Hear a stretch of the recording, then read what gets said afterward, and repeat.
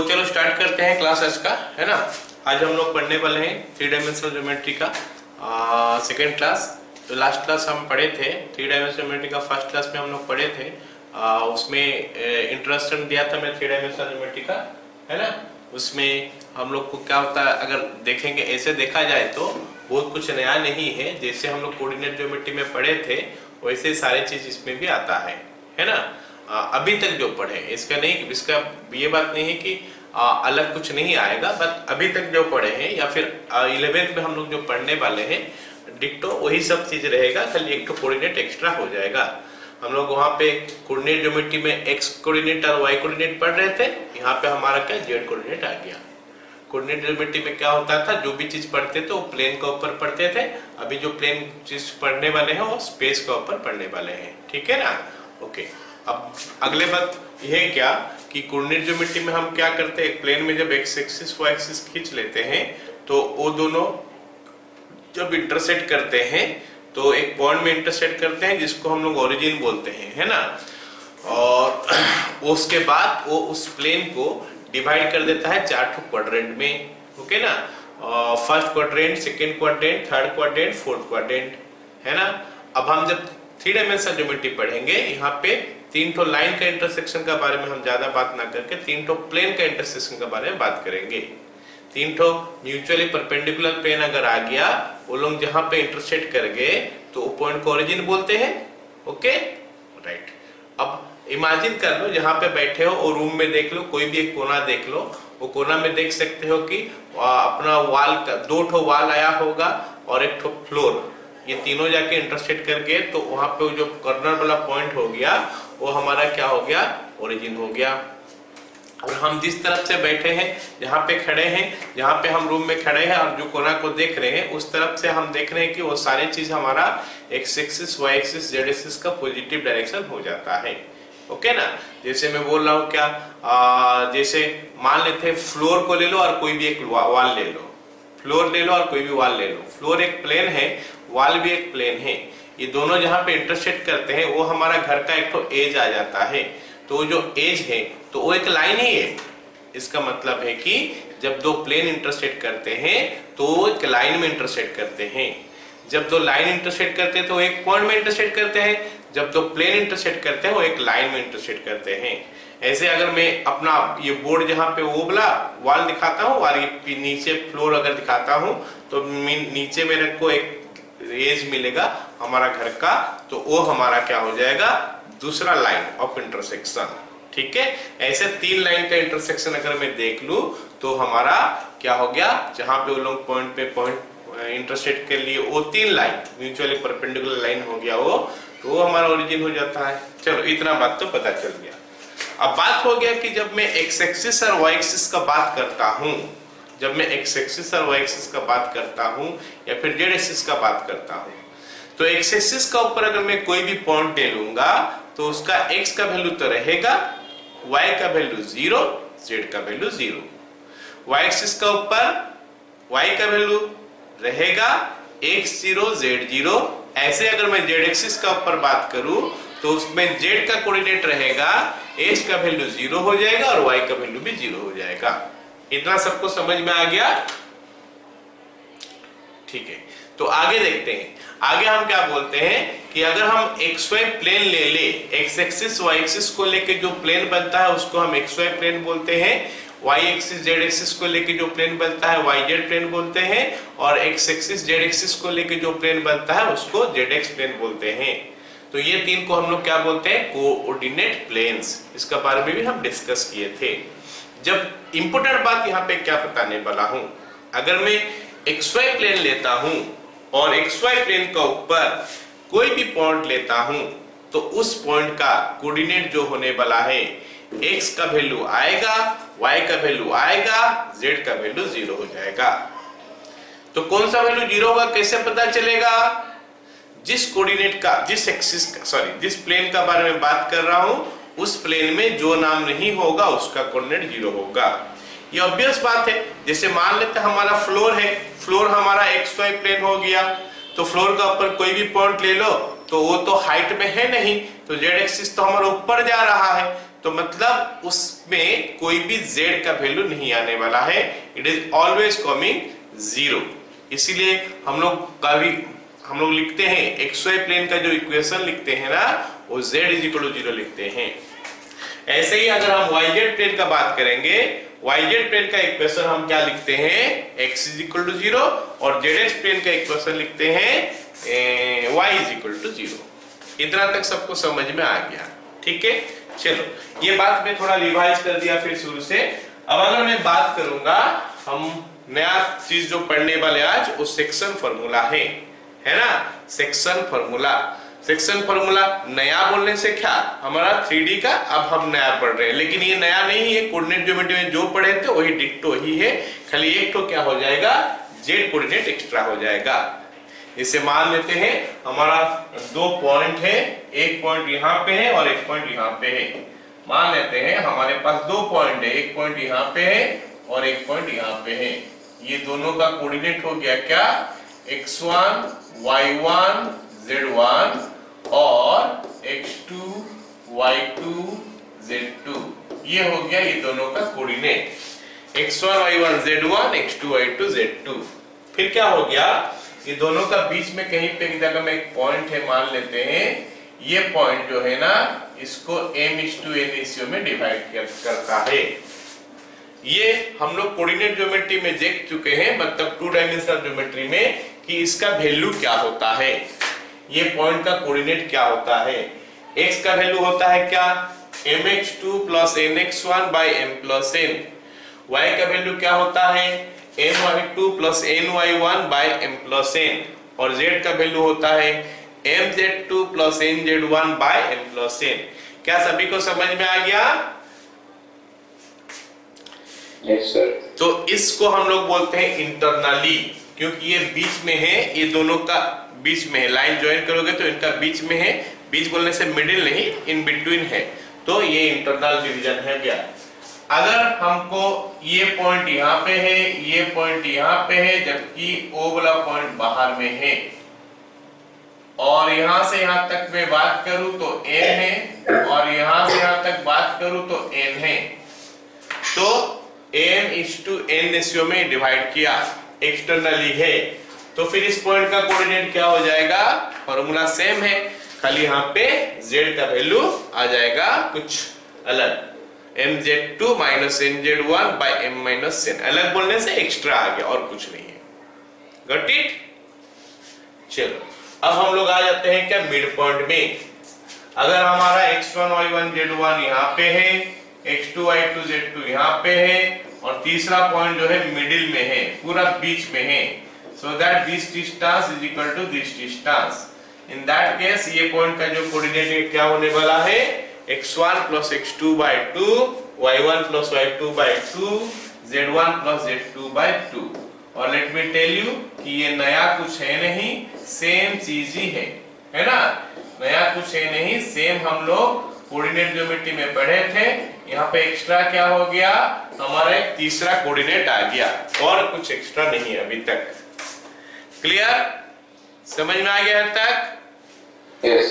Okay चलो, एक चीज वहां पे हम लोग पढ़े थे कि सेंट्रोइड ऑफ ए ट्राइंगल, हम लोग वहां पे एक चीज पढ़े थे कि सेंट्रोइड ऑफ ए ट्राइंगल, अगर x1 y1 z1 sorry x1 y1 x2 y2 और x3 y3 तीन पॉइंट हो गया है ना, तो एक ट्राइंगल का 3 पॉइंट हो गया। फिर उस ट्राइंगल का सेंट्रोइड का कोऑर्डिनेट क्या है, पढ़े थे x1 + x2 + x3/3 y1 + y2 + y3/3 है ना, और बस इतना ही था, इसमें खाली एक तो एक्स्ट्रा बढ़ जाएगा, z1 + z2 + z3/3।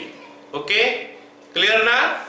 ओके चलो ये बन गया हमारा क्या, सेंट्रोइड ऑफ ए ट्राइंगल। बस इतना ही हम लोग आज थ्योरी पढ़ेंगे, इसके ऊपर अभी हम लोग कुछ क्वेश्चन करने वाले हैं, ठीक है। चलो पहला क्वेश्चन देखते हैं, क्या लिखा है पहला क्वेश्चन। पहला क्वेश्चन लिखा है कि find coordinates of a point, find coordinates of the points which trisects the line joining this and this. Okay ना, तो हमको 2 पॉइंट दे दिया है, अब ये क्वेश्चन को सॉल्व करते हैं। एक पॉइंट यहाँ पे है, एक पॉइंट यहाँ पे है, 2 पॉइंट हमको दे दिया है। ये पॉइंट का कोऑर्डिनेट है 4 2 माइनस 6, एक का कोऑर्डिनेट हो गया 4 2 माइनस 6 और दूसरा का कोऑर्डिनेट कितना हो गया 10 माइनस 16 और 6। ये हो गया कोऑर्डिनेट्स। तो एक काम करते हैं, ये दोनों को नाम दे देते हैं। इसका नाम A हो गया, इसका नाम B हो गया। एक का नाम A हो गया, एक का नाम B हो गया। बोल क्या रहा है कि इसके ऊपर पॉइंट निकालो जो कि इसको ट्राइसेक्ट करेगा। ट्राइसेक्ट का मतलब 3 पार्ट में डिवाइड करेगा और 3 इक्वल पार्ट में डिवाइड करेगा। ये ऑब्वियस बात है कि एक पॉइंट तो 3 इक्वल पार्ट में डिवाइड नहीं कर सकता। तो अभी यहाँ पे हमारे पास 2 पॉइंट आने वाला है। एक पॉइंट मान लेते हैं ये है और एक पॉइंट मान लेते हैं ये है। तो let me name it as P and name it as Q, है ना। तो P और Q, इसका मतलब हमको बोल रहा है कि P का कोऑर्डिनेट निकाल के बताओ और Q का कोऑर्डिनेट निकाल के बताओ। चलो अब हम लोग P का बारे में बात करते हैं। तो ये सेक्शन फॉर्मूला का ऊपर ही हम क्वेश्चन कर रहे हैं। मतलब हमको देखना है कि P जो है ना A और B को कौन सा रेशियो में डिवाइड करता है। जरा सोचोगे तो देखोगे कि ये वाला 1 है, ये वाला 1 है, ये वाला 1 है। तो अगर मैं दिस इज टू दिस बोलूंगा तो कितना हो जाएगा 1:2। समझ में आया मेरे बात। तो P जो है ना इसको 1:2 रेशियो में डिवाइड कर रहा है। आ गया समझ में। P divides AB in a ratio 1:2। चलो लिखना चालू करते हैं। P and Q are points of trisection. P and Q are point of trisection. P divides AB in a ratio 1:2। अब हमारा ये कोऑर्डिनेट ज्योमेट्री हो गया पूरा 1:2। तो फिर P का कोऑर्डिनेट क्या हो जाएगा। फॉर्मूला बोल रहा है m into x2, मतलब क्रॉस मल्टीप्लाई करना है। तो 1 will be multiplied to this, so it will be 1 into 10 plus 2 into 2 क्या होगा इसके साथ मल्टीप्लाई हो जाएगा 2 into 4 by 1 plus 2। Then next आ गया क्या 1 into minus 16, 1 into minus 16 plus 2 into 2 divided by 1 plus 2। Okay. अब तीसरा पॉइंट आ गया क्या 1 into 6 plus 2 into minus 6 divided by 1 plus 2। I hope सभी को समझ में आ गया। mx2 plus nx1 by m plus n, my2 plus ny1 by m plus n और mz2 plus nz1 by m plus n। और इसको अगर मैं थोड़ा सिंप्लीफाई कर लूं तो कुछ ऐसा मिलेगा। ये 10 plus 8 18 by 3 18 by 3 हो गया, कॉमा नेक्स्ट वाला हमारा हो गया क्या -16 plus 4 that is -12 by 3। आगे वाला कितना हो गया 6 minus 12 हो गया हमारा कितना -6 डिवाइडेड बाय 3। सभी को समझ में आ गया ना P coordinate. Yes, sir. 6, -4, -2। So we got the coordinate of P। अब हमको Q का कोऑर्डिनेट निकालना है। फिर से सेक्शन फॉर्मूला लगाना है, लेकिन Q जो है ना इसको 1:2 नहीं 2:1 रेशियो में डिवाइड करता है। Q का बात करेंगे तो ठीक है। तो लिखते हैं Q divides AB in a ratio 2:1। Therefore Q will be what मैं डायरेक्टली लिख देता हूं क्या हो रहा है नंबर मल्टीप्लाई करके। 2 into 10 20 plus 1 into 4 4 divided by 2 plus 1 comma then 2 into minus 16 minus 32 plus 1 into 2 that is 2 by 2 plus 1 फिर आगे वाला कितना आ गया 2 into 6 that is 12 plus 1 into minus 6 that is minus 6 divided by 2 plus 1 and इसको मैं simplify करता हूं तो मेरे को मिलता है पॉइंट कितना 24 by 3 that is 8 you say and this one is minus 10 this one is 2 clear question number 1 complete सभी को समझ में आ गया नया कुछ तो था नहीं खाली हम लोग एक तो जेड एक्स्ट्रा कोऑर्डिनेट लेके सॉल्व कर रहे हैं। चलो अगला क्वेश्चन देखते हैं। अगला क्वेश्चन हमको क्या बोला है ए पॉइंट दिया है बी पॉइंट दिया है सी पॉइंट दिया है बोला है कि ये vertices of A triangle find the length of the median through a. चलो इस फिगर को ड्रॉ करते हैं काफी आसान क्वेश्चन दिखाई दे रहा है मेरे को है ना।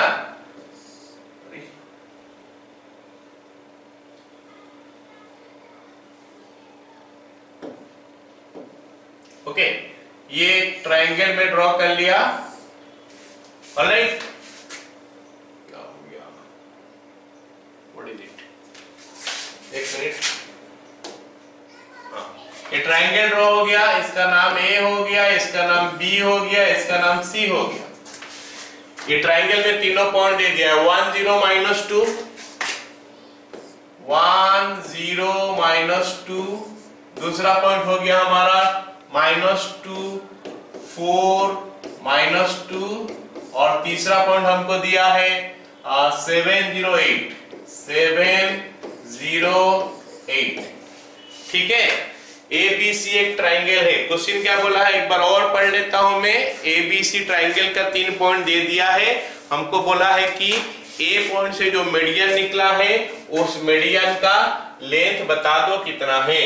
ए पॉइंट से जो मीडियन निकला है ये ए पॉइंट से ये मीडियन निकला है मतलब this one is equal to this one. सवाल में ये बोल ही दिया है कि this one is equal to this one. ये पॉइंट का नाम अगर मैं डी देता हूं तो मेरे को सवाल में बोला है कि भाई एडी लेंथ कितना है बताओ। समझ में आया मेरे बात। मेरे को सवाल में दिया है कि एडी लेंथ कितना है बताओ। तो ये क्वेश्चन जो है दो ठो फॉर्मूला का ऊपर बेस्ड है। एक ठो तो हमारा सेक्शन फॉर्मूला हो गया एक आ गया हमारा डिस्टेंस फॉर्मूला। तो सबसे पहले तो हम क्या करेंगे डी पॉइंट का कोऑर्डिनेट निकालेंगे यूजिंग सेक्शन फॉर्मूला।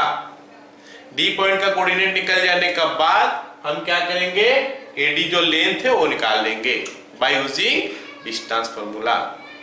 तो फिर अभी डी पॉइंट का बारे में बात करते हैं क्योंकि डी पॉइंट का कोऑर्डिनेट तो पहले चाहिए। तो डी पॉइंट का कोऑर्डिनेट हमको कैसे मिलेगा मैं देख रहा हूं कि डी इज मिड पॉइंट। किसका मिड पॉइंट है बीसी का क्योंकि एडी मीडियन है तो D is mid point of BC. तो पहले डी निकाल देते हैं मिड पॉइंट का फॉर्मूला लेके। मिड पॉइंट कैसे निकलता है x1 plus x2 by 2 y1 plus y2 by 2 z1 plus z2 by 2। ठीक है चलो लिखते हैं let AD is the median, let AD is the median, so D is midpoint of BC। हो गया। सो फिर D का वैल्यू निकालते हैं। D is equal to -2 plus 7 divided by 2 x1 plus x2 by 2 फिर y1 plus y2 by 2 that will be 4 plus 0 by 2 then we have -2 plus 8 by 2 So this is giving me what? 5/2. Then comes 2. Then comes 3. आ गया सबको समझ में? D point का coordinate, ठीक है। तो फिर अभी हम लोग मीडियन एडी का लेंथ निकालते हैं। Therefore, length of the median AD is equal to root under, इसमें डिस्टेंस फॉर्मूला आ जाएगा x2 माइनस x1 का होल स्क्वायर। यहाँ पे हमको 5/2 दिया है -1, 5/2 -1 whole square plus y2 minus y1 whole square, 2 minus 0 का होल स्क्वायर, 2 माइनस 0 का whole square plus z2 minus z1 का होल स्क्वायर। z2 हमारा 3 है, z1 है -2, 3 प्लस 2 का होल स्क्वायर। चलिए इसको सिंप्लीफाई करते हैं फाइनल आंसर निकालने के लिए। तो ये वाला पार्ट हमारा हो गया क्या? 3/2 का स्क्वायर हो गया 9/4, then this is giving me 4 and that is giving me 25 root over.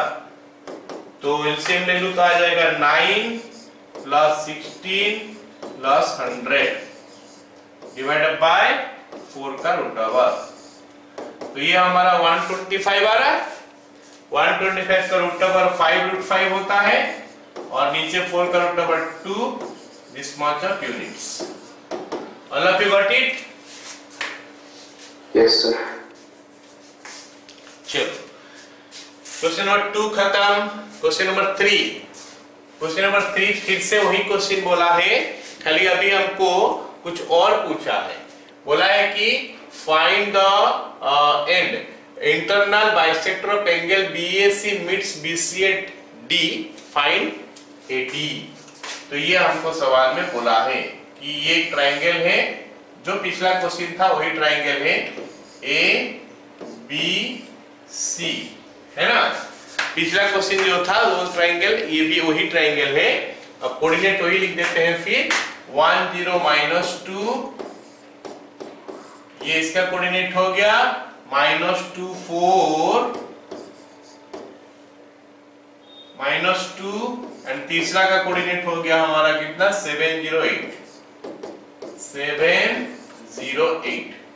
ये हमारा तीनों कोऑर्डिनेट मिल गया। अब हमको क्या बोला है कि अब BAC एंगल जो है ना उसको बाइसेक्ट कर रहा है एक लाइन। BAC एंगल को बाइसेक्ट कर रहा है एक लाइन। ये BAC एंगल है, इसको एक लाइन बाइसेक्ट कर रहा है। तो ये हमारा मिडिल पॉइंट है, मान लेते हैं ये वाला एंगल का, सॉरी, तो यहां से एक लाइन आ गया, यहां पहुंच गया, ये पॉइंट हमारा D बोल दिया। अब क्वेश्चन में बोला है कि ये AD का लेंथ निकालो। क्वेश्चन में बोला है कि AD का लेंथ निकालो।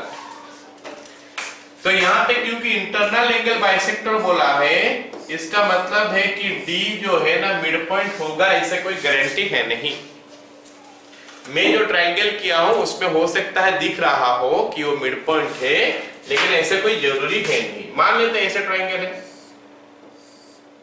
है ना, तो इसका मिड पॉइंट यहां आके पहुंचेगा। ये इंटरनल एंगल बाइसेक्टर, तो कोई जरूरी नहीं है कि वो मिड पॉइंट होगा।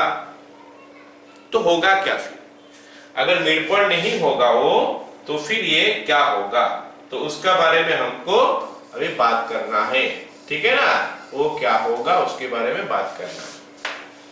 तो क्लास 8, 9, 10 में कहीं ना कहीं तो एक थ्योरम हम लोग पढ़े थे कि एक ट्रायंगल का अगर कोई एंगल का इंटरनल बाइसेक्टर आके मीट कर रहा है दूसरा साइड को कहीं पे, तो फिर this one by this one is equal to this one by this one.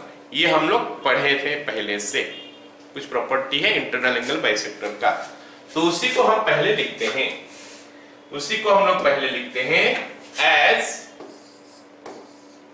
AD bisects angle BAC, so BD by CD is equal to AB by AC।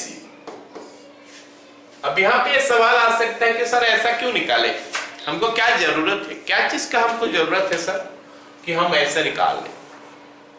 Actually मेरे को AD का लेंथ पूछा है और AD का length निकालने के लिए A पॉइंट दिया है, तो D निकालेंगे तो हो जाएगा। अब D निकालू तो कैसे निकालू, इसका प्रीवियस क्वेश्चन में बोला था D मिड पॉइंट है, अब तो मिड पॉइंट है नहीं, तो कैसे निकालू। तो फिर ये रेशियो ही चाहिए मेरे को, BD बाय CD रेशियो चाहिए। अगर रेशियो मिल गया तो सेक्शन फॉर्मूला हम डाल देंगे, और सेक्शन फॉर्मूला डाल देंगे तो फिर निकल जाएगा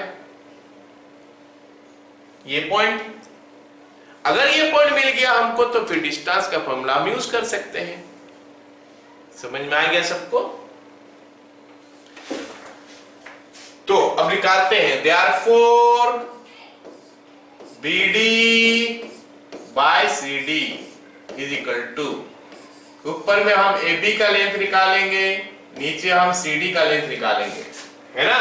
AB distance formula x2 minus x1 का होल स्क्वायर माइनस 2 माइनस 1 का whole square plus y2 minus y1 का होल स्क्वायर 4 माइनस 0 का whole square plus z2 minus z1 का होल स्क्वायर, जो क्या आ जाएगा -2 प्लस 2 का whole square, okay, divided by ये आ जाएगा हमारा AC 7 माइनस 1 का होल स्क्वायर, 7 माइनस 1 का होल स्क्वायर प्लस ये हो गया हमारा 0 माइनस 0 का होल स्क्वायर, 0 माइनस 0 का होल स्क्वायर प्लस, ओके। मैं काम करता हूं, हल्का सा चेंज करता हूं, नहीं तो यहाँ पे थोड़ा मुश्किल में आ जाएगा वैल्यू जो है ना। इसको मैं 708 को चेंज करके कुछ और कर देता हूं, 6 हमको चाहिए 8 6, लेट अस मेक इट 4। ये 8 जो लिखा है ना उसको 4 कर देता हूं, 8 को हम 4 कर देते हैं, थोड़ा सा क्वेश्चन हमारा आसान हो जाएगा, है ना। 7 0 4 इसको हम 4 कर देते हैं, 8 को हम लोग 4 कर देते हैं, ठीक है। तो कितना हो जाएगा फिर 4 प्लस 2 का होल स्क्वायर रूट ओवर 8 होने से हमारा वैल्यू जो है वो गंदा सा वैल्यू निकल रहा है, रेशियो नहीं मिलेगा क्योंकि एक तो इरेशनल फॉर्म में आ रहा है, ठीक है।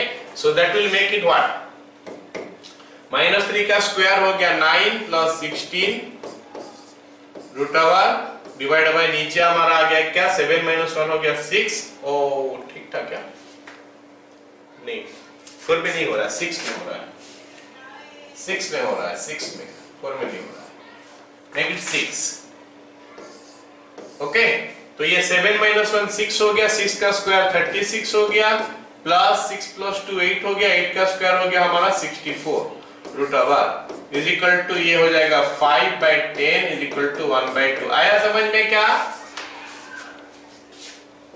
Yes sir. तो हमको अगर वो कोऑर्डिनेट 8 देता तो हमको काफी मुश्किल क्या, एक तो ऐसा वैल्यू आता जिसमें कोऑर्डिनेट्स भी जो है ना वो काफी गंदा आता है ना। तो इसीलिए उसको हटाने के लिए हम लोग एक अच्छा सा वैल्यू ले लिए ताकि हमारा सेक्शन फार्मूला में वो कोऑर्डिनेट हमको क्या रेशनल फॉर्म में मिले, इरेशनल फॉर्म में ना मिले। अगर यहाँ पे मैं 8 लेता तो 8 प्लस 2 हो जाता 10, 10 का स्क्वायर 136 आ जाता, 136 का रूट ओवर कोई रेशनल वैल्यू नहीं आ रहा है, ठीक है। यानी 1:2 ले लिया तो ये हो गया हमारा 1 2, समझ में आ गया ना अभी। Therefore, yes sir. Therefore D divides BC in a ratio 1:2. So D का कोऑर्डिनेट हमको मिल जाएगा 1 × 7 प्लस 2 × -2 that is -4 हो गया डिवाइडेड बाय 1 + 2। ये x का कोऑर्डिनेट हो गया, y का कैसे होगा बोलो, 1 × 0 प्लस 2 × 4, 1 × 0 0 हो गया, प्लस 2 इंटू 4 8 हो गया, बाय 1 प्लस 2। फिर z का coordinate 1 into 6, then 2 into minus 2, तो 6 माइनस 4 बाय 1 प्लस 2, एंड मेरे को मिल गया वो कोऑर्डिनेट कितना, 7 minus 4 3 bye 3 1, then 8 by 3, then finally what is it, 6 minus 4 कितना हो गया, 2 by 3। All of you got it? Yes sir. तो A मिल गया, A दिया था हमको, D मिल गया, तो अभी हम AD निकाल सकते हैं। Therefore AD is equal to root under x2 minus x1 whole square, 1 minus 1 का whole square, 1 minus 1 का whole square plus y2 minus y1 whole square, 8 by 3 minus 0 का whole square, 8 by 3 minus 0 का whole square plus z3 minus z1 का whole square, z3 minus क्या बोलो, z2 minus z1 का whole square, 2 by 3 plus 2 by 3 plus 2 का whole square. जरा जल्दी से बता दो, समझ में आया कि नहीं? Yes. अब इसको सॉल्व करेंगे, 0 हो गया, ये 64 by 9, 64 by 9 दो बार आ रहा है, 2 into 64 by 9 रूट ओवर, सो जो क्या गया हमारा 8 root 2 by 3 यूनिट्स। तो क्वेश्चन जो है ना, थोड़ा यहाँ पे गलती था, ओरिजिनल क्वेश्चन में भी गलती हुआ, मतलब ठीक होगा, ये मैं टाइपिंग करते समय कुछ गड़बड़ हो गया होगा, है ना, तो इसीलिए ये रेशियो जो है ठीक से रेशनल का फॉर्म में नहीं मिल रहा था, तो थोड़ा करेक्शन इसलिए मैं कर लिया ताकि आसानी से ये सॉल्व हो जाए। Okay done. लेकिन इसमें ये कंसेप्ट तुमको समझना है कि अगर इंटरनल एंगल बाइसेक्टर बोलता है तो फिर हमको ये रेशियो कैसे मिलता है। ये रेशियो मिल गया, फिर हम सेक्शन फॉर्मूला डाल के ये पॉइंट निकाल दिए, फिर डिस्टेंस निकाल दिए। आई होप सभी को समझ में आ गया। Yes sir. चलो अब हम क्वेश्चन नंबर 4 देखते हैं क्या बोला है। Find the ratio in which the line joining this and this is divided by xy plane, find the point of division. अच्छा, तो अब जरा बता दो मेरे को कि xy प्लेन का बारे में जो मैं बता रहा था, xy प्लेन में कौन सा कोऑर्डिनेट 0 होता है? z coordinate. z कोऑर्डिनेट 0 होता है। चलो अभी क्वेश्चन को हम लोग फिल करते हैं, देखते हैं क्या बोल रहा है। ये हो गया हमारा एक प्लेन, xy प्लेन मान लेते हैं, और ये हो गया क्या, line joining those two point. Okay, ये xy प्लेन सॉरी पॉइंट हो गया 1 4 5 1 4 5 और हो गया क्या -3 4 -5। ओके ना। अच्छा जरा फील करो क्या बोल रहा है, यहाँ पे क्या बोल रहा है, जरा फील करो क्वेश्चन में क्या बोल रहा है। ठीक है, अच्छा जरा सुनो मेरे बात। हमको जो मैं ये प्लेन दिखाया हूं थोड़ा इमेजिन करना पड़ेगा, क्योंकि हम लोग अभी 3 डायमेंशनल ज्योमेट्री पढ़ रहे हैं, लेकिन ये जो बोर्ड हमारा है ये 2 डायमेंशन है। अपना कॉपी जो है वो भी 2 डायमेंशन है। कॉपी का अगर कोई पेज ले लेते हो, बुक का कोई पेज ले लेते हो, 2 डायमेंशन है। तो यहाँ पे हम क्या करेंगे, बोर्ड का ऊपर, ये बोर्ड जो देख रहे हैं, हम बोर्ड का ऊपर अगर कोई प्लेन ड्रॉ करेंगे, ऐसे करके प्लेन ऐसे करके अगर ड्रॉ करेंगे, मतलब ये प्लेन बोर्ड का ऊपर है, मतलब ये प्लेन बोर्ड ही है। जबकि अगर हमको ये प्लेन दिखाना है, मान लेते हैं हमको ये प्लेन दिखाना है, ये प्लेन जो है ना बोर्ड को परपेंडिकुलर है, this plane is perpendicular to the board. तो इस प्लेन को दिखाने के लिए हम थोड़ा ऐसे करके करते हैं। तो यू हैव टू फील कि ये जो प्लेन में ड्रॉ किया हूं ये बोर्ड को परपेंडिकुलर है। Are you getting my point? Yes sir. तो थोड़ा इंक्लाइन करके ऐसे करके हम लोग करते हैं, तो उस प्लेन जो है ना, वो प्लेन हमारा बोर्ड को जो है परपेंडिकुलर होके है। तो you have to feel it कि ये जो प्लेन में दिखाया हूं this is perpendicular to the board, है ना। और हमारे पास 2 पॉइंट दिया है, वो 2 पॉइंट का वैल्यू जो है, एक तो ये है, एक तो ये है। जब वो दोनों को मैं ज्वाइन करता हूं तो कैन यू फील इट कि ये जो बोर्ड, ये प्लेन को क्रॉस करके गया है आगे, तो हमको बोला है कि भाई बताओ ये पॉइंट में अगर क्रॉस करके गया है, ये पॉइंट का नाम मैं P देता हूं, तो P जो है ना इसको और इसको कौन से रेशियो में डिवाइड किया है। इस पॉइंट का नाम सपोज A हो गया, ये पॉइंट का नाम B हो गया, तो कौन सा रेशियो में डिवाइड किया है, हम बोलते हैं क्या, m/n रेशियो में डिवाइड किया है। ठीक है, हम वो क्या बोलते हैं, m/n रेशियो में डिवाइड किया है। Let P divides AB in a ratio m/n, let P divides AB in a ratio m/n। अब सोचो m/n में अगर मैं यहाँ पे भी n डिवाइड कर दिया, यहाँ पे भी n डिवाइड कर दिया, ये क्या हो जाएगा 1, है ना, और ये हो जाएगा क्या m/n एक नंबर, इसको मैं k लिखता हूं। तो नॉर्मली हम क्या करते हैं, जब निकालते हैं कौन से रेशियो में डिवाइड करता है, तो हम m/n ना लिख के k/1 लिखते हैं, और वहां पे k का वैल्यू जो भी निकला वो हमारा रेशियो ही है m/n। दिखाई दे रहा ना सबको? यस। हाँ, तो हमारा k/1 रेशियो में डिवाइड किया है बोल के बोल लेंगे। ठीक है, चलो अब लिखते हैं, लेट, ये वाला फिगर ड्रॉ कर लो प्लीज।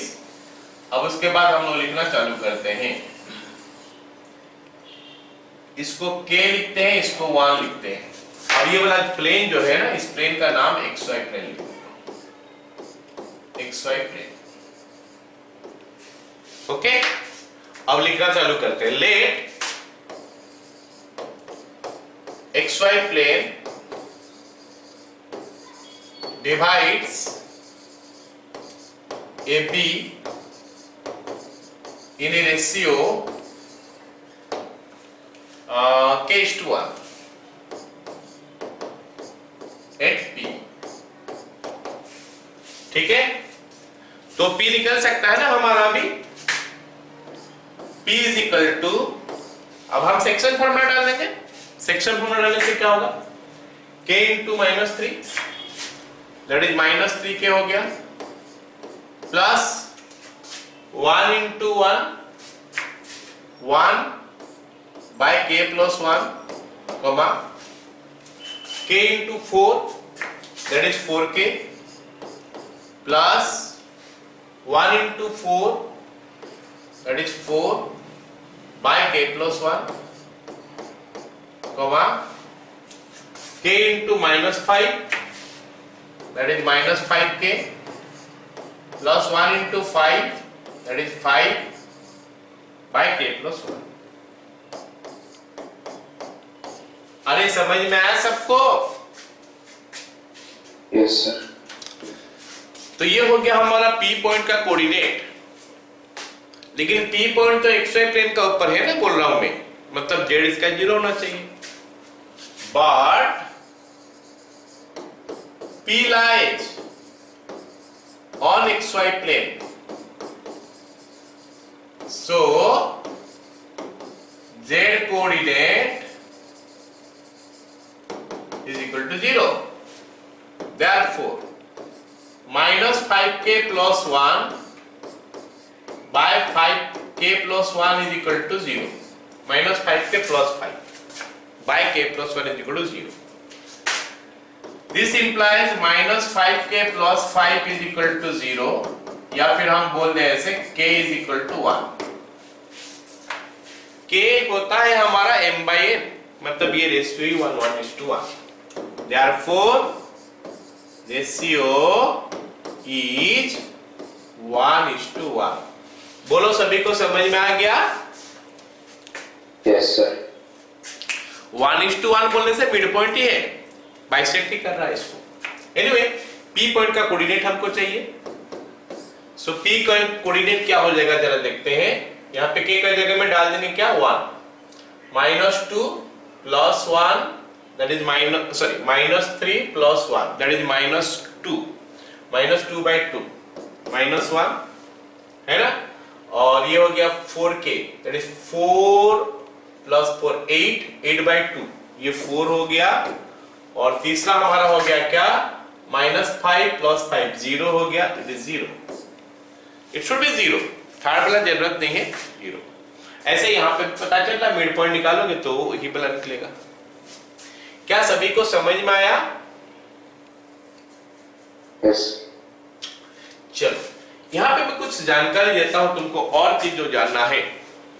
मान लेते हैं यहाँ पे हमको P पॉइंट ना बोल के, अगर सॉरी XY प्लेन ना बोल के, अगर मेरे को बोलता है कि XY प्लेन नहीं YZ प्लेन बोला है, मान लेते मेरे को XY प्लेन नहीं बोला है, मेरे को बोला है YZ प्लेन, कौन सा रेशियो में डिवाइड करता है, तो मेरा कहने का तरीका यहां तक तो वही रहेगा, फिगर भी मैं वही करूंगा, खाली XY के जगह में YZ लिख लूंगा और लिखूंगा कि लेट YZ प्लेन डिवाइड से B in ratio k:1 at P का कोऑर्डिनेट निकाल दूंगा।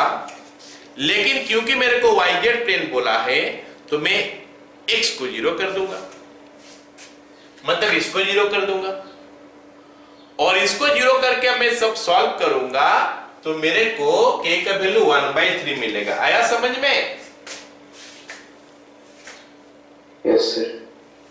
फिर k का वैल्यू 1/3 यहां पे पुट कर देंगे तो कौन सा वैल्यू आया पता चल जाएगा।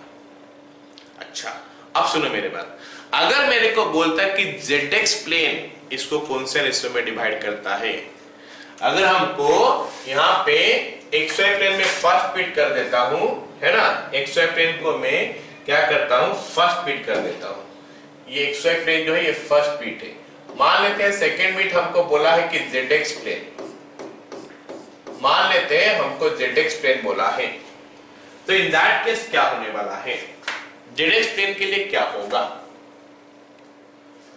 तो ये जो P का कोऑर्डिनेट होगा ना सेकंड बिट के लिए, ये हमारा फर्स्ट बिट के लिए, फर्स्ट बिट यहाँ पे मैं XY लिख देता हूं और ऑब्लिक करके ZX भी लिख देता हूं, है ना, तो येलो में जो चलेगा वो ZX प्लेन के लिए चलेगा, ठीक है। But in ZX plane y is equal to 0, तो हम y का वैल्यू देखते हैं, 4k plus 4 by k plus 1 is equal to 0 implies 4k is equal to -4 implies k is equal to -1, मतलब रेशियो जो है ना वो मिला हमको -1:1। आया समझ में? रेशियो -1:1 क्या मतलब है इसका?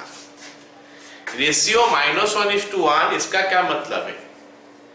मतलब है कि वो एक्सटर्नल डिवीजन है, मतलब ZX plane divide it externally, ZX plane divides it externally in a ratio 1:1, ZX plane divides it externally in a ratio 1:1। आ गया सबको समझ में? Yes, sir. ओके चलो अगला सवाल देखते हैं। नहीं अगला सवाल नहीं, इसमें हम लोग इसका एक शॉर्टकट मैं बता देता हूं, वो बोला लिख लो, उसके बाद हम लोग अगला बताएंगे, अगला पढ़ेंगे, ठीक है। लाइन जॉइनिंग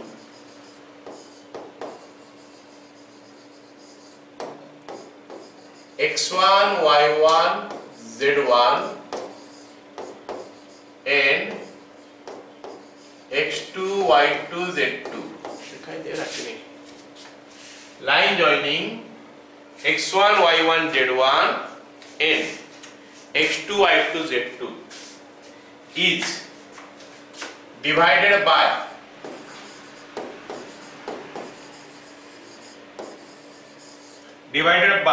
ठीक है ना, divided by xy plane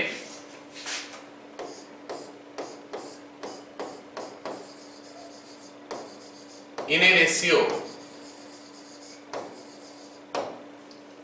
YZ plane in a ratio और ZX plane in a ratio, मतलब XY प्लेन कौन सा रेशियो में डिवाइड करता है, YZ प्लेन कौन सा रेशियो में डिवाइड करता है और ZX प्लेन कौन सा रेशियो में डिवाइड करता है, वो हम निकालने वाले हैं। XY प्लेन नाम कौन सा नहीं है, Z नहीं है, तो minus Z1 is to Z2। आया समझ में? Minus Z1:Z2। YZ प्लेन के लिए क्या होगा, कोई बता सकता है क्या? माइनस नाम जो नहीं है वही वाला X1:X2। और ZX प्लेन कौन से रेशियो में डिवाइड करेगा? -Y1:Y2। हाँ, -Y1:Y2। मतलब ऐसे अगर तुमको MCQ में पूछा गया है, इन शॉर्ट क्वेश्चन पूछा गया है, डायरेक्ट बता सकते हो कि कौन से रेशियो में डिवाइड करता है। अगर हमको XY प्लेन बोला है तो -5:-5 मतलब 1:1। अगर XY प्लेन बोला है, अगर YZ प्लेन बोला है तो -1:-3 दैट इज 1:3। और अगर ZX प्लेन पूछा है तो -4:-4 -4:4। सो that will make it what, क्या -1:1। सबको समझ में आ गया क्या? Yes sir. ये माइनस जो है ना, ये कॉमन नहीं है, मतलब ब्रैकेट में नहीं है। माइनस पहली बार में ही डालेंगे, जो पहला कोऑर्डिनेट होगा उसमें एक तो माइनस आ जाएगा, जो भी दिया होगा उसमें एक तो माइनस बैठा दोगे। ऐसे नहीं कि पूरा इतना इतना करके माइनस लिखना है। ओके, तो यहाँ पे हमको दो चीज पता चला। पहला कि अगर हमको कहीं पे रेशियो नेगेटिव में मिल जाता है, इसका मतलब है कि वो जो पॉइंट है उसको वो जो प्लेन है उसको एक्सटर्नली डिवाइड करता है। पहला। दूसरा हो गया क्या, शॉर्टकट हम लोग निकाल सकते हैं। ओके, चलो फिर अगला क्वेश्चन करते हैं।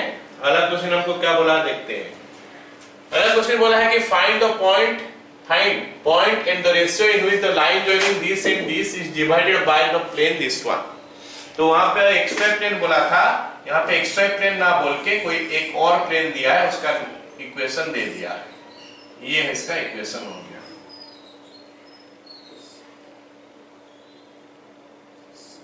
ओके, ठीक है, तो ये हमारा इक्वेशन हो गया। प्लेन का इक्वेशन जो दिया है वो हमको क्या दिया है, 2x + y - z = 1। 2x + y - z = 1, ये हमको प्लेन का इक्वेशन दिया है। और पॉइंट दिया है क्या, 2, 1, 4। a हो गया हमारा 2, 1, 4 और b हमको दे दिया है कितना, 5, 4, 3। चलो अब जल्दी से निकालते हैं क्या होगा कि ये पॉइंट का कोऑर्डिनेट क्या होगा, रेशियो क्या होगा। तो प्रोसेस तो ही होगा, खाली p अभी कैसे निकालेंगे, k का वैल्यू देखेंगे। चलो लिखते हैं, लेट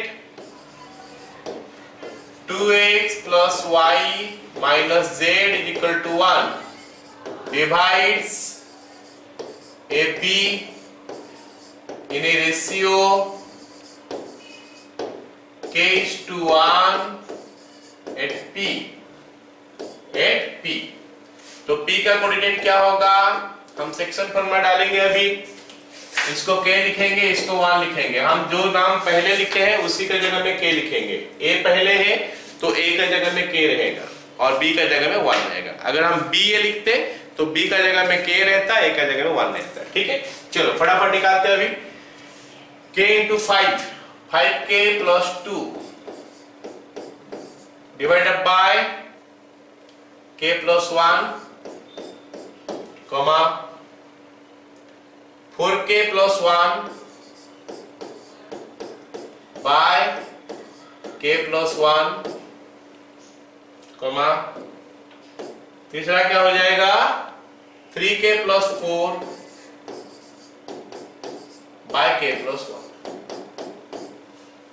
उसके बाद हम क्या करेंगे, as P lies on the curve on the plane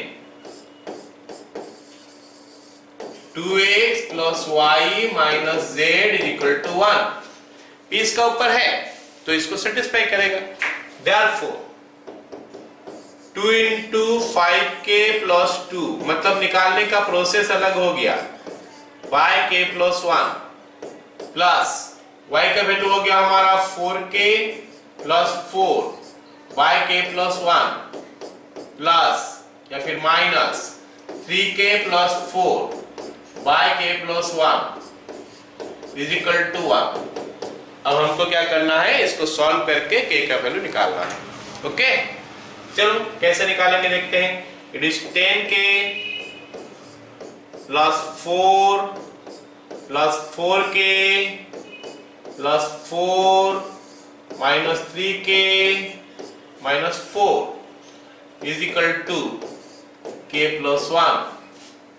तो कितना हो गया अभी देखते हैं। ये के इधर आ गया, मतलब 10k रह गया इधर, उधर कितना हो रहा है -3। गलत तो नहीं किया मैं? No sir. तो फिर k का वैल्यू जो है ना वो -3/10 हो गया। k का वैल्यू -3/10 जो है, इसका क्या मतलब है कि ये जो पॉइंट है, मतलब ये जो प्लेन है, इसको एक्सटर्नली डिवाइड कर रहा है। तो हम ऐसे लिखेंगे, therefore the plane divides AB externally in a ratio 3:10। आ गया समझ में? Yes sir. तो यहां पे हम निकाले तो -3:10, लेकिन आंसर लिखेंगे 3:10। क्यों आंसर लिखेंगे 3:10? क्योंकि हम ये जो वर्ड एक्सटर्नली डाल दिए उसमें, तो एक्सटर्नली वर्ड डालने से और माइनस लिखना नहीं है। अगर खाली इन्हें रेशियो लिखते तो फिर -3:10 लिखते। जैसे फिजिक्स में सब कोई पढ़ते हो, अगर रिटार्डेशन होता है तो उसके लिए प्लस लिखते हो। तो रिटार्डेशन 2 मीटर पर सेकेंड स्क्वायर है तो वो प्लस ही लिखते हो, लेकिन अगर उसको एक्सीलरेशन करके लिखोगे तो फिर -2 करके लिखोगे, है कि नहीं? तो रिटार्डेशन इटसेल्फ को बताता है नेगेटिव हो गया है वो, और उस समय v = u + 80 नहीं लगाना होता है, v = u - 80 लगा के हम कर सकते हैं अगर हम रिटार्डेशन लिख के कर रहे हैं। तो ऐसे ही, तो यहाँ पे अगर हम एक्सटर्नली ओनली लिख लिए है, ये इटसेल्फ इंडिकेट करता है कि बाहर का पॉइंट है, रेशियो हमको नेगेटिव लेना नहीं है। समझ में आया सबको? Yes sir. चलो अगला क्वेश्चन जो है ना, it's not a new one. ये जो क्वेश्चन हम लोग किए हैं, इसी क्वेश्चन को हम लोग एल्जेब्रिकली वही प्रूव करेंगे। क्या इस क्वेश्चन में ऐसा दिया है कि ये एक तो प्लेन है और यहाँ पे एक तो लाइन जो है ज्वाइन कर रहा है x1 y1 z1 करके, और यहाँ पे एक पॉइंट है x2 y2 z2 करके। तो ये जो लाइन ज्वाइन करोगे A और B करके, तो इसको ये प्लेन को एक रेशियो में डिवाइड करता है, by + cz + d = 0। कोई रेशियो में इसको डिवाइड करता है। तो हमको बोला है कि रेशियो कितना निकाल के बताओ, k:1।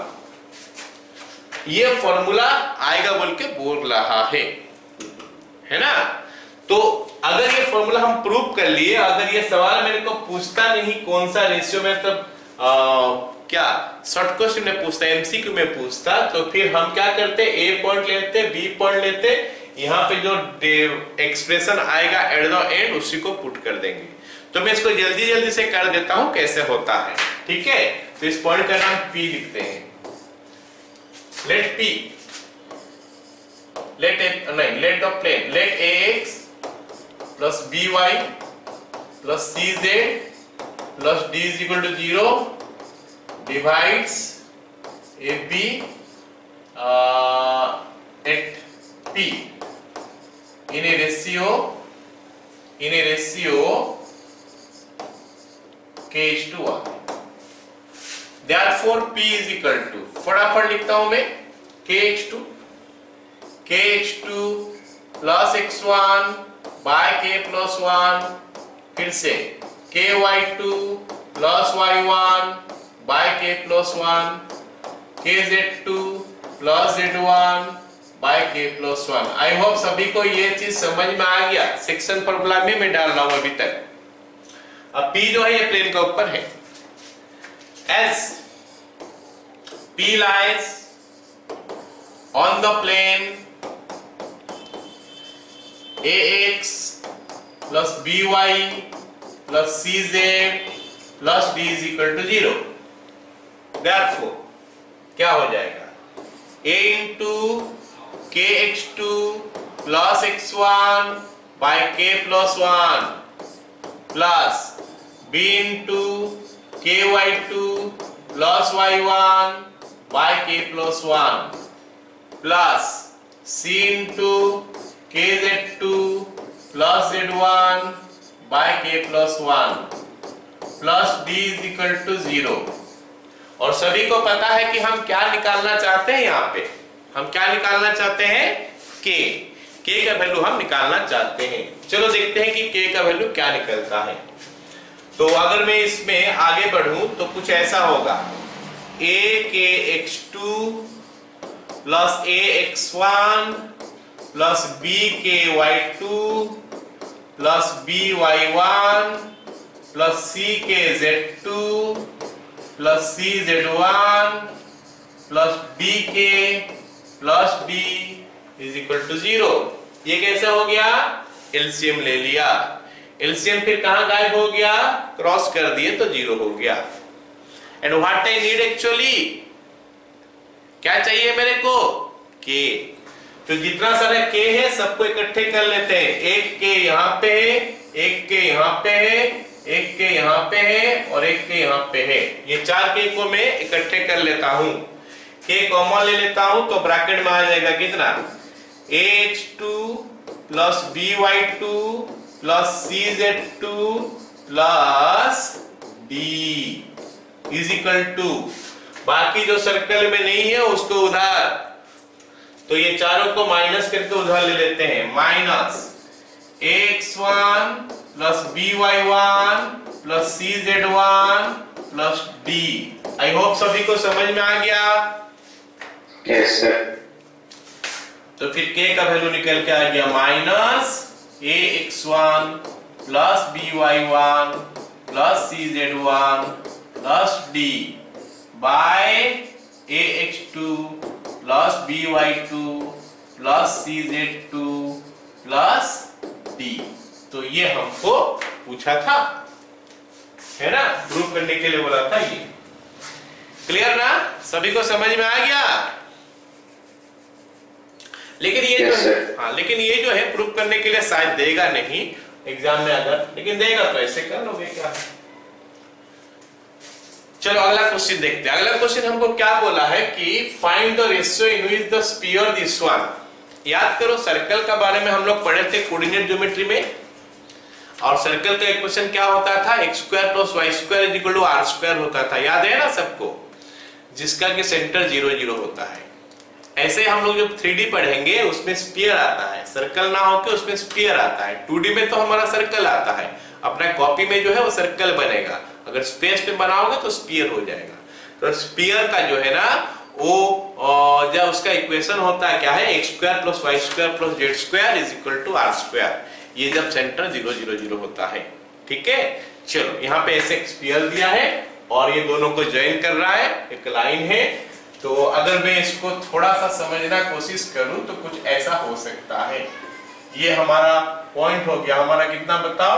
12 माइनस 4 8, और दूसरा वाला पॉइंट कितना है? 27 माइनस 9 18। ओके, तो ये दूसरा वाला पॉइंट है। तो ये स्फीयर इसको कौन से रेशियो में डिवाइड कर रहा है? मेरे को दिखाई दे रहा है कि 2 पॉइंट में कर रहा है। मैं एक पॉइंट सोच के कर लूंगा पहले। मान लेते हैं P पॉइंट में डिवाइड कर रहा है, K/1 रेशियो में डिवाइड कर रहा है। ये K1। तो अगर 2 पॉइंट में डिवाइड कर रहा होगा तो फिर K का 2 वैल्यू निकल के आ जाएगा, ऑटोमेटिकली निकल के आ जाएगा 2 वैल्यू। ठीक है, चलो लिखते हैं। Let the sphere divides AB in a ratio K/1 at P इसको मैं ए नाम देता हूं, इसको बी नाम देता हूं।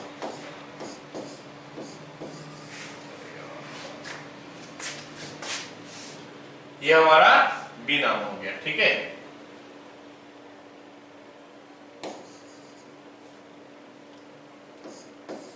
ठीक है, तो फिर P का कोऑर्डिनेट क्या हो जाएगा, सेक्शन फॉर्मूला डालेंगे तो K इंटू 27, बड़ा वैल्यू आएगा 27K plus 1 into 12 divided by K plus 1, उसके बाद minus 9K minus 4 by K plus 1, उसके बाद 18K plus 8 by K plus 1। सबको समझ में आ गया ना ये वाला चीज? Yes sir. ओके, अब क्या हुआ कि ये जो K है ना, सॉरी ये P जो है ना वो स्फीयर का ऊपर है तो सेटिस्फाई करेगा। As P lies on the sphere, x square plus y square plus z square is equal to 504. Therefore 27K plus 12 by K plus 1 का whole square plus minus 9K minus 4 by K plus 1 का whole square plus 18K plus 8 by K plus 1 का whole square is equal to 504। थोड़ा बड़ा calculation है लेकिन बन जाएगा, कोई दिक्कत नहीं। तो अभी हम a प्लस बी का होल स्क्वायर का यूज करेंगे। 27K का होल स्क्वायर हो गया हमारा कितना, 729 K स्क्वायर प्लस 144 प्लस, जरा बता दो 2ab कितना हो रहा है, 27 इंटू ये हो गया क्या 24, 27 इंटू 24 कितना हो रहा है बताओगे? 27 नीचे लिखता हूं, नहीं 27 इंटू 4 हो गया 108 और ये 54, 648K प्लस ये तो दोनों माइनस है, स्क्वायर करोगे तो माइनस गायब हो जाएगा, तो it is going to be 81K square plus 16 plus 2ab, 9 into 8 72K plus, अब मैं इसका स्क्वायर लिखूंगा, 18 का स्क्वायर 324, 18 का स्क्वायर हो गया हमारा 324K स्क्वायर, उसके बाद आ गया हमारा 64, उसके बाद 18 इंटू 16 कितना होता है देखो, 324K square plus 64 plus 18 into 16, 16 into 16 होता है कितना 256, 256 में 32, 288 is equal to, right hand side देखते हैं क्या हो रहा है, ये हो गया 504, साथ में K प्लस 1 का होल स्क्वायर आ जाएगा, K square plus 2K plus 1। चलो अब आगे सिंप्लीफाई करते हैं, इंप्लाइज हम देख लेते हैं कि कितना K स्क्वायर हो रहा है, ये 729, 730, 810, 810 में साथ 1134 K स्क्वायर, फिर 648 प्लस 2 650 में 520 720 और यहाँ पे कहीं पे K नहीं है क्या, ये तो K है ना, 720 प्लस 280 1008 प्लस 1008K प्लस, अब देखते हैं नंबर कितना आ रहा है, 144 ये 16, 150 60 160 हो गया, 160 और 64 कितना हो गया 224, 224 is equal to right hand side 504 के स्क्वायर प्लस 1008 के प्लस 504। चलो ये अच्छा हो गया कि 1008 कैंसिल हो गया, हमको सॉल्व करने का ज्यादा जरूरत नहीं पड़ेगा अभी। अब 1130 से 504 जाएगा तो आ रहा है कितना 630 के स्क्वायर इज इक्वल टू उधर कितना हो गया 504 से 224 गया तो कितना आएगा बताओ, कितना आएगा 280। दिस इंप्लाइज के स्क्वायर इज इक्वल टू कितना आ गया 28/63। इसको अगर मैं 7 में काट दूं तो 4/9 आ रहा है, implies k is equal two plus minus 2/3। तो k का दो वैल्यू आया प्लस माइनस 2/3। इसका मतलब है कि एक बार बाहर में इंटरसेक्ट करेगा, एक बार भीतर में, मतलब दो पॉइंट जो है ना, एक बार बाहर में मतलब ऐसा है, दूसरा पॉइंट जो इसका अंदर ही होगा। तो एक बार इंटरनल इंटरसेक्ट कर रहा है, एक बार एक्सटर्नल कर रहा है। ठीक है, समझ में आ गया? Yes, sir.